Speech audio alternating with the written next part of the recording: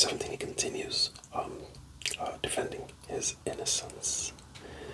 So, if this is your first time, as always, please click subscribe and like the video and let others know about it. And if you are back for some more, welcome back.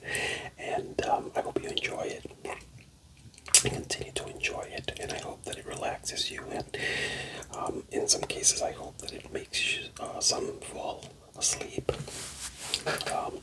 So let's begin like we always do with focusing on our breathing, what I call the basics of life. So lay back, close your eyes, relax, and focus on your inhalation and exhalation. Inhale and exhale. Keep it simple and keep it circular. In and out. Keeping it circular means no pausing when you inhale or when you exhale. Keep it all as one.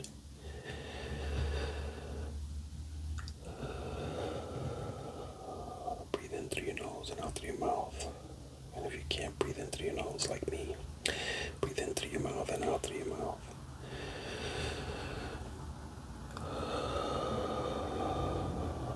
You get the same effect. Keep that going as I read to you, and you'll notice that your heart rate starts to slow. It starts to slow down, and that's a good thing. All right, let's go. Job, chapter 17. My spirit is crushed, and my life is nearly snuffed out. The grave is ready to receive me. I am surrounded by mockers.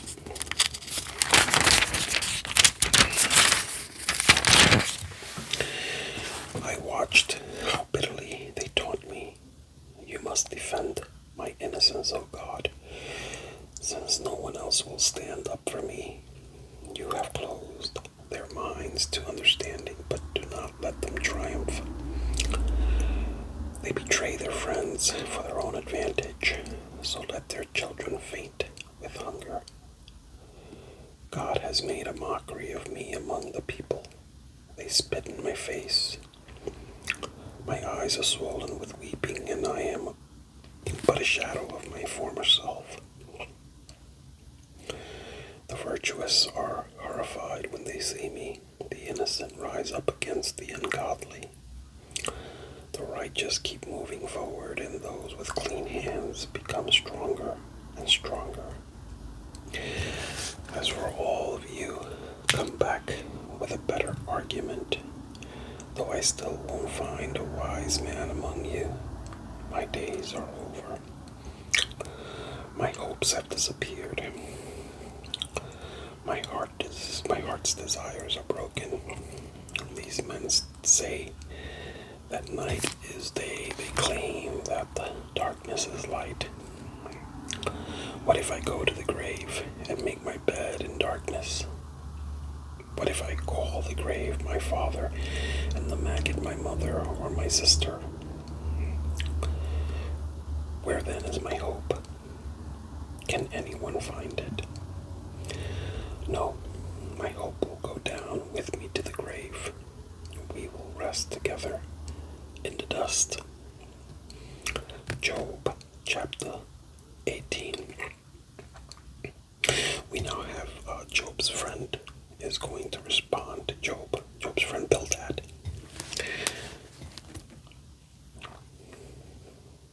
Then Bildad the Shuhite replied, "How long before you stop talking?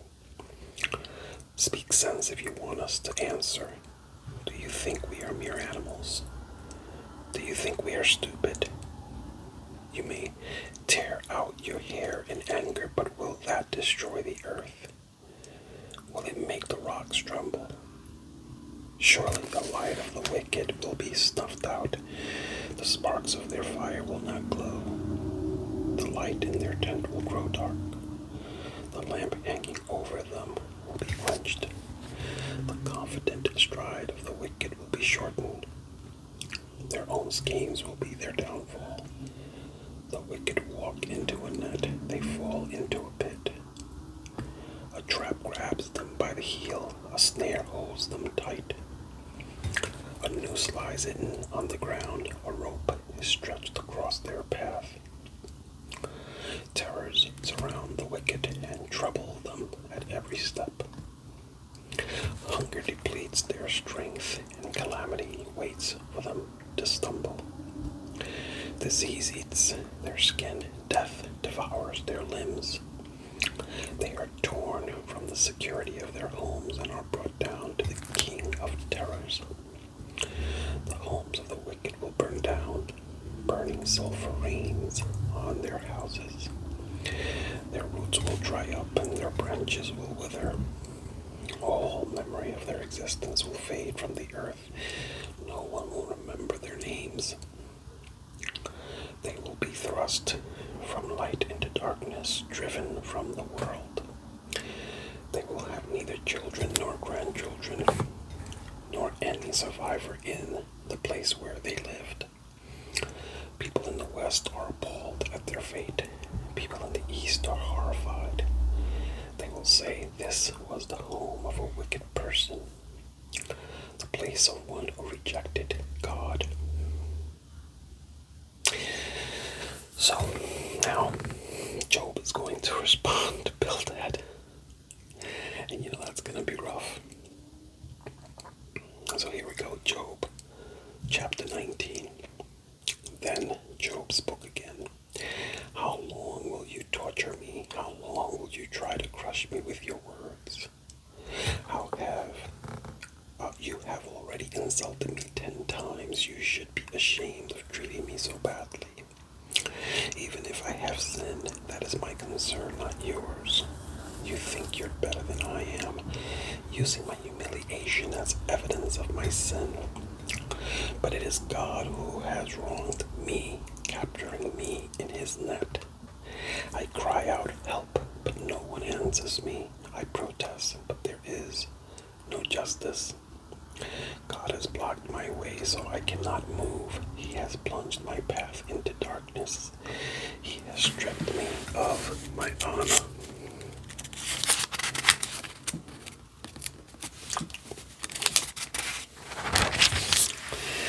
And removed the crown from my head. He has demolished me on every side, and I am finished. He has uprooted my hope like a fallen tree.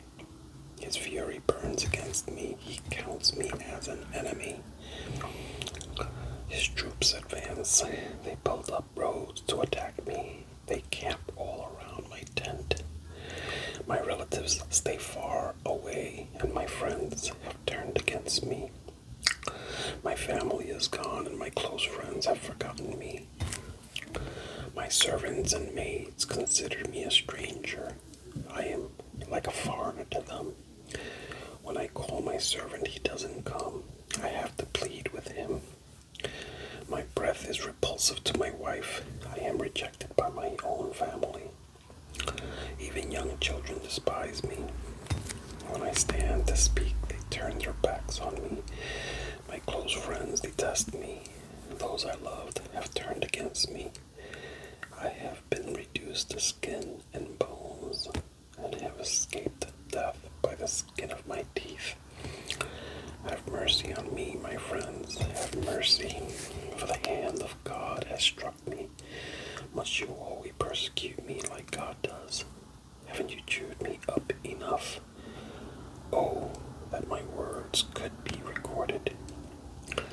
Oh, that they could be inscribed on a monument, carved with an iron chisel and filled with lead, engraved forever in the rock. But as for me, I know that mighty Redeemer lives, and he will stand upon the earth at last. And after my body has decayed, yet in my body I will see God. I will see him for myself. Yes, I will see him with my own eyes. I am overwhelmed at the thought. How dare you go on persecuting me, saying it's his own fault? You should fear punishment yourselves, for your attitude deserves punishment.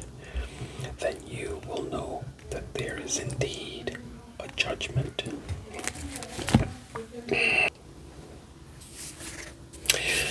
So,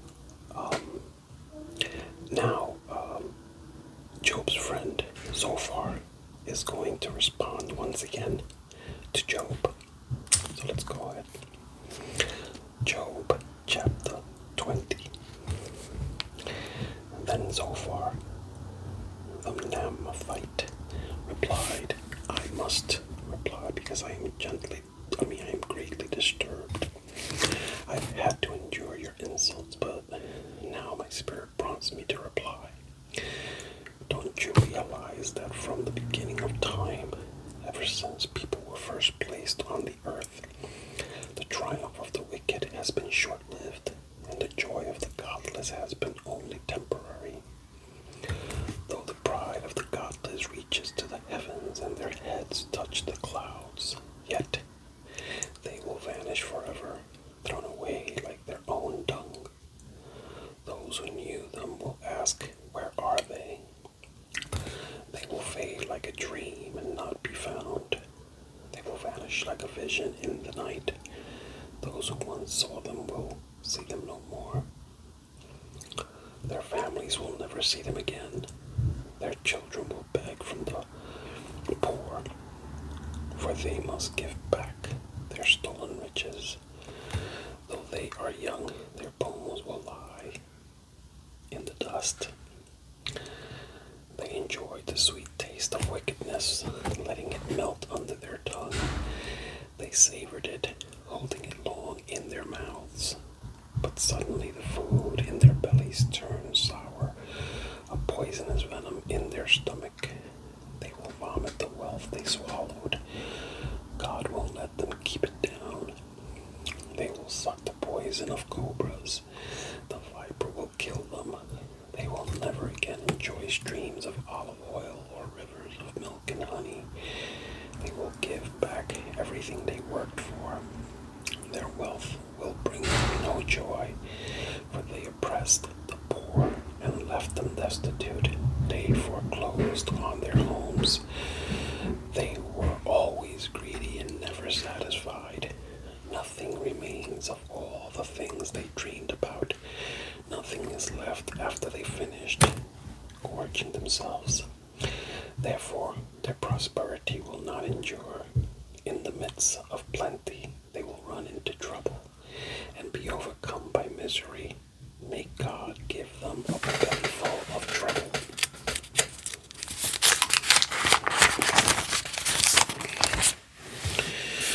May God rain down his anger upon them when they try to escape. An iron weapon, a bronze-tipped arrow will pierce them. The arrow is pulled from their back, and the arrowhead glistens with blood. The terrors of death are upon them. Their treasures will be thrown into deepest darkness. A wildfire will devour their goods, consuming all they have left. The heavens will reveal their guilt, and the earth will testify against them. A flood will sweep away their house. God's anger will descend on them in torrents. This is the reward that God gives the wicked.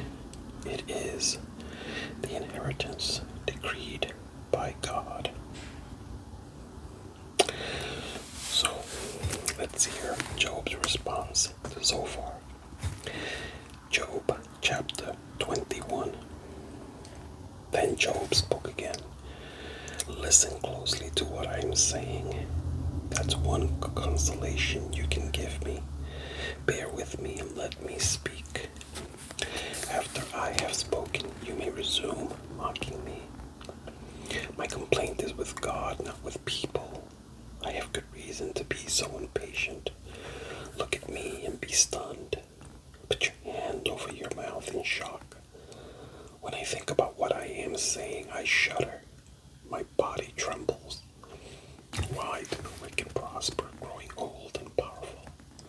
They live to see their children grow up and settle down, and they enjoy their grandchildren.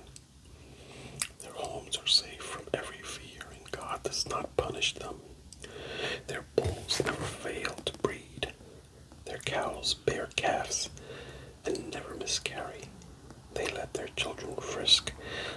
like lambs. Their little ones skip and dance. They sing with tambourine and harp.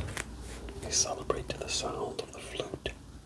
They spend their days in prosperity, then go down to the grave in peace. And yet they say to God, "Go away. We want no part of you and your ways. Who is the Almighty, and why should we obey him? What good will it do us to pray?" They think their prosperity is of their own doing, but I will have nothing to do with that kind of thinking. Yet, the light of the wicked never seems to be extinguished. Do they ever have trouble? Does God distribute sorrows to them in anger? Are they driven up before the wind like straw? Are they carried away by the storm like chaff? Not at all. Well, you say, at least God will punish their children, but I say he should punish the ones who sin, so that they understand his judgment. Let them see their destruction with their own eyes.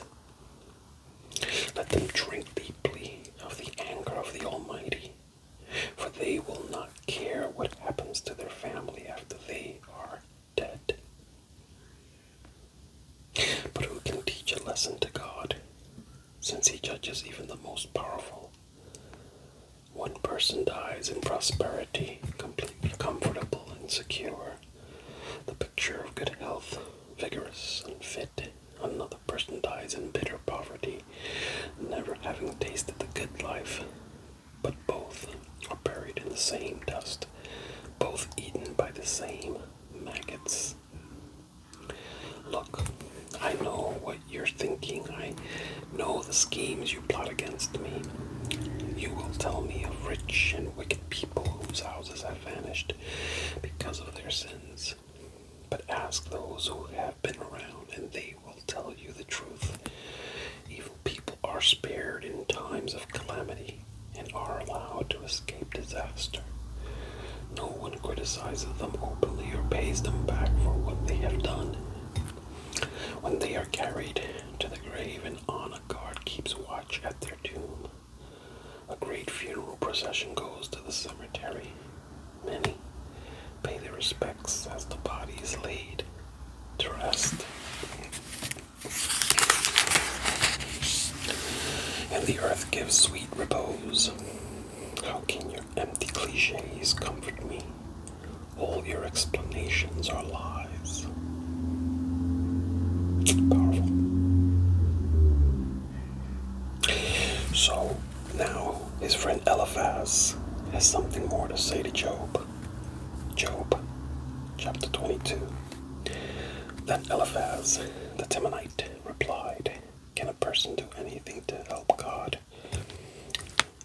Can even a wise person be helpful to him? Is it any advantage to the Almighty if you are righteous? Would it be any gain to him if you were perfect? Is it because you're so pious that he accuses you and brings judgment against you? No, it's because of your wickedness.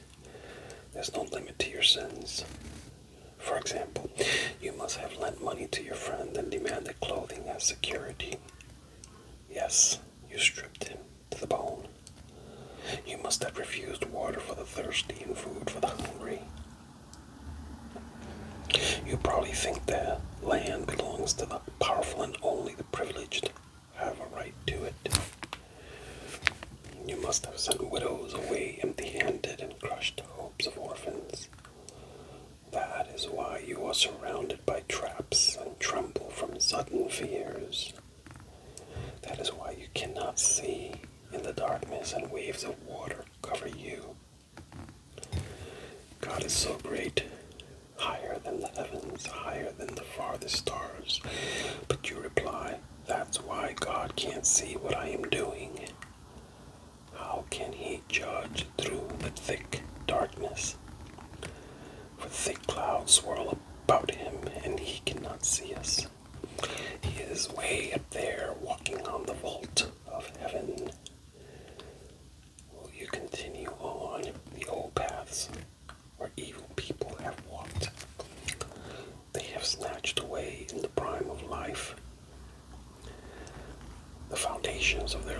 washed away. For they said to God, "Leave us alone. What can the Almighty do to us?" And yet he was the one who filled their homes with good things. So I will have nothing to do with the king, I will have nothing to do with that kind of thinking. The righteous will be happy to see the wicked destroyed, and the innocent will laugh in contempt. They will say, "See how our enemies have been destroyed. The last of them have been consumed in the fire." Submit to God and you will have peace. Then things will go well for you. Listen to his instructions and store them in your heart. If you return to the Almighty, you will be restored. So clean up your life. If you give up your lust for money and throw your precious gold into the river, the Almighty himself will be your treasure. He will be your precious silver. Then you will take delight in the Almighty and look up to God. You will pray to him and he will hear you, and you will fulfill your vows to him. You will succeed in whatever you choose to do, and light will shine on the road ahead of you. If people are in trouble and you say help them, God will save them. Even sinners will be rescued. They will be rescued because your hands are pure. So now let's hear Job's response to Eliphaz.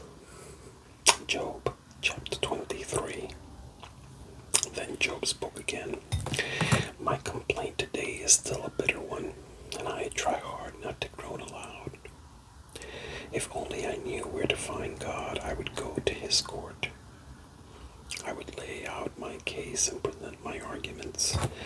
Then I would listen to his reply and understand that what he says to me. Would he use his great power to argue with me? No. He would give me a fair hearing. Honest people can reason with him, so I would be forever acquitted by my judge. I go east, but he is not there. I go west, and I cannot find him. I do not see him in the north, for he is hidden. I look to the south, but he is concealed. But he knows where I am going, and when he tests me, I will come out as pure as gold. For I have stayed on God's path. I have followed his ways and not turned aside.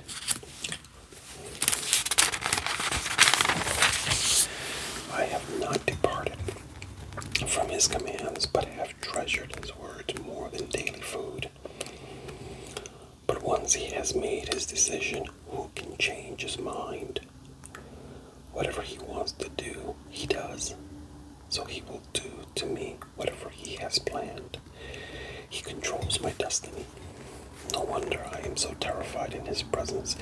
When I think of it, terror grips me. God has made me sick at heart. The Almighty has terrified me. Darkness is all around me. Thick, impenetrable darkness everywhere.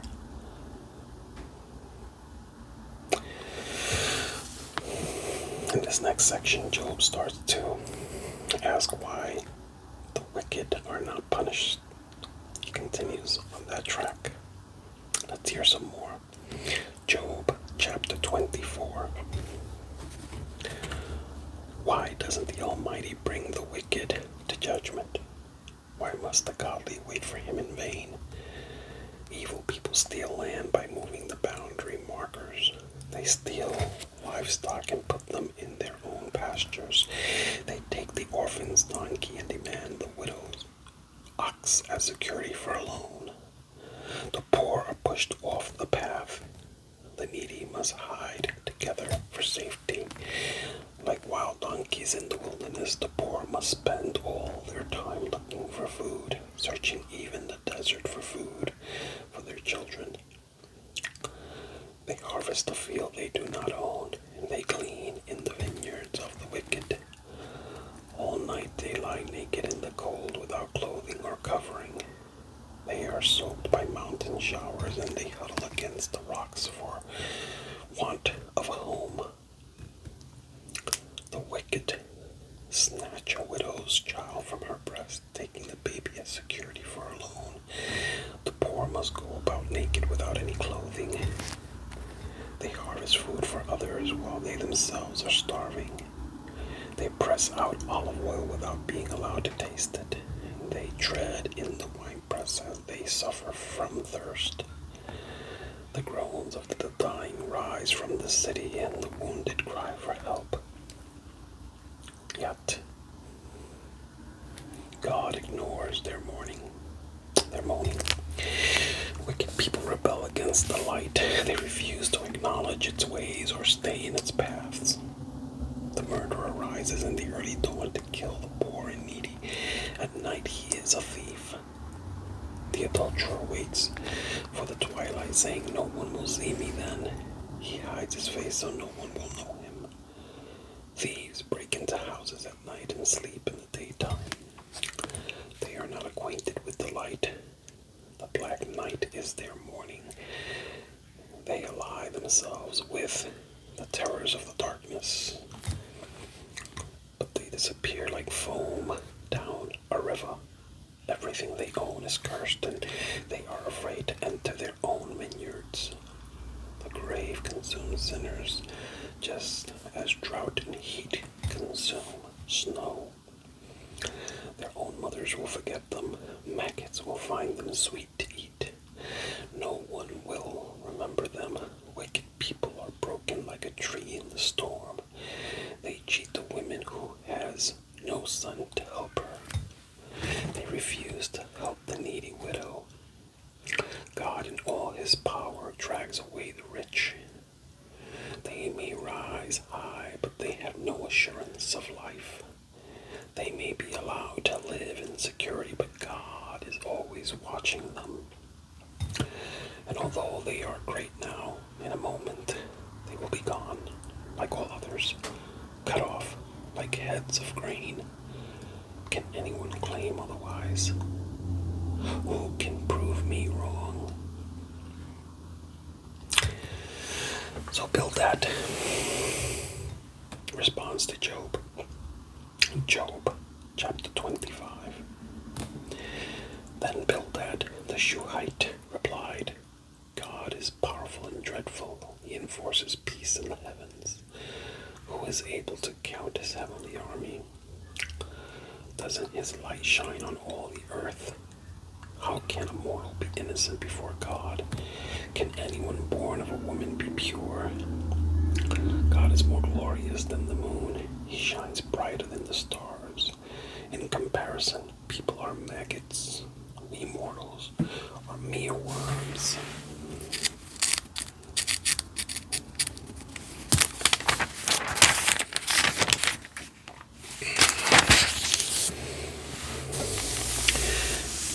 Job now responds to Bildad. Job, chapter 26. Then Job spoke again. "How you have helped the powerless, how you have saved the weak, how you have enlightened my stupidity. What wise advice you have offered. Where have you gotten all these wise sayings? Whose spirit speaks through you? The dead tremble, those who live beneath the waters.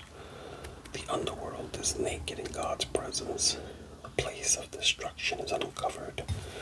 God stretches the northern sky over empty space and hangs the earth on nothing. He wraps the rain in his thick clouds, and the clouds don't burst with the weight. He covers the face of the moon, shrouding it with his clouds. He created the horizon when he separated the waters. He set the boundary between day and night. The foundations of heaven tremble. They shudder at his rebuke. But by his power, the sea grew calm. By his skill, he crushed the great sea monster. His spirit made the heavens beautiful, and his pierced the gliding serpent. These are just the beginning of all that he does, merely a whisper of his power.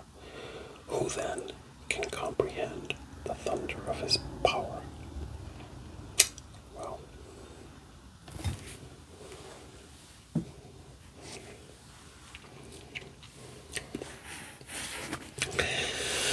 so we're gonna leave it there for this evening. This is a great back and forth. Pretty amazing. Pretty amazing. I know that Job is just not feeling up to it in terms of hearing out his friends, but they have some moments where they say some powerful things, don't they? They're not the best encouragers, that's for sure, at a time like this. I think that's what Job means in many ways.